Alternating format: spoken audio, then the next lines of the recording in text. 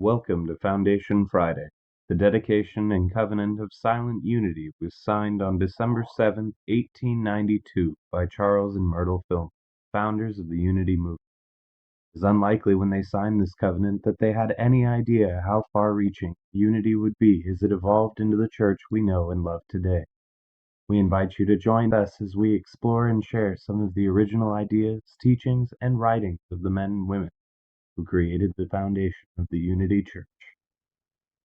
Hi, thank you for joining us today for our Foundation Friday program. We are so glad to have you with us. And today, I think you'll get a kick out of what we have found to share with you. Looking for information on truthunity.net, one of my favorite resource places, I found Annie Rix Militz. It's Militz, Militz, I think so. I found this very interesting. I will do a little background on who she was, and then I'll share a little pamphlet that she wrote. I think you'll get a kick out of it. In 1891, Annie Elizabeth Rix married Paul Militz in Chicago. She was 36 years old and Paul was 37. She and Charles and Myrtle Fillmore were all ordained that very same year by Emma Curtis Hopkins.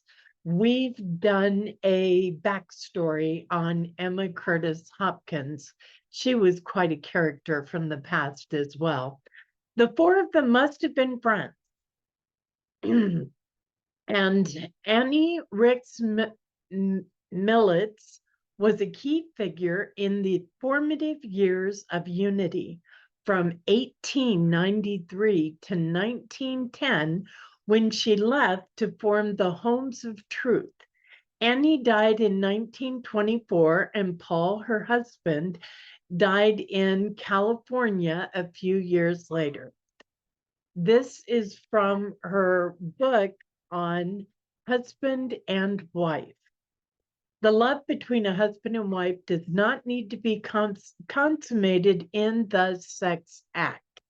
There is a higher cooperation in thought and sympathy, with a blending of affection that transcends the sexual act. All those who are seeking to have good health and to build good bodies are learning these laws, and they do not waste themselves in appetite and passion. The old way of teaching that it was necessary for men to indulge themselves has been superseded by the understanding that the man who wastes his vital substance in sexual disposition cannot keep his perfect health and strength. Conceding that the sexual organs are given for the purpose of generation, there can be no excuse for using them merely as playthings to produce sensation. Such use is sensuality, and the effect of it in the world shows the seriousness of the error. Men and women will never be healthy with true spiritual health while they continue in the abuse of these delicate organs. If you had a good watch, you would not give it to a little child to play with it. You would value it too highly. You would take great care, and nothing interfered with the working of this wonderful, delicate spring and wheels. Of much greater importance is it that the body be rightly used. Those who desire to come to the closest in unity with spirit of truth and to construct here on earth the true temple of God, a regenerated body, must stop wasting their life force in the sexual way. This does not mean that true marriage between a man and a woman will be done away with. Such marriage is of the soul and not of the flesh. In fact, the flesh has no part in it. If all who are now living inharmoniously as husband and wife on the animal plane would cease to indulge in carnality and would, by the power of their loving word, invoke the sweet spirit of purity, their homes would soon be turned into havens of harmony. Poverty, discord, and disease would drop away, and the energy and life of youth would return to them. Okay, so the article goes on quite a bit about this, and the name of this pamphlet is Marriage and Celibacy.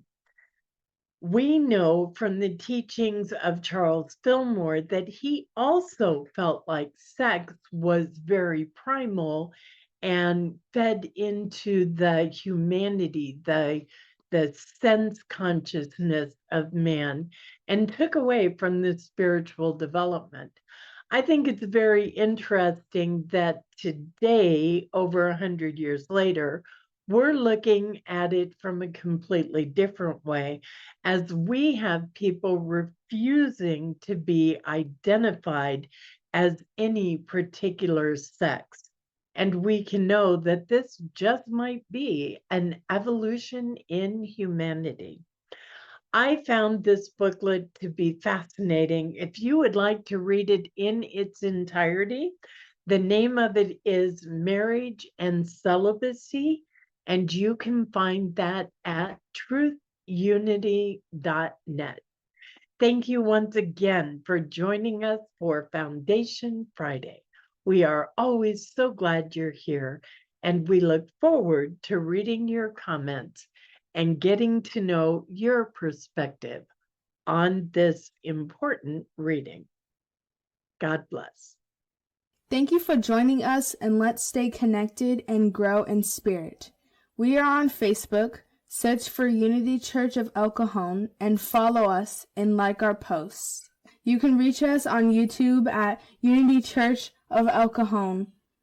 Please subscribe to our channel, watch our videos, and leave comments which can help us improve.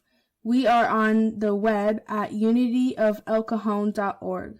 Email or call our church office to receive our weekly newsletters, which lists all of our activities and opportunities to learn and grow together.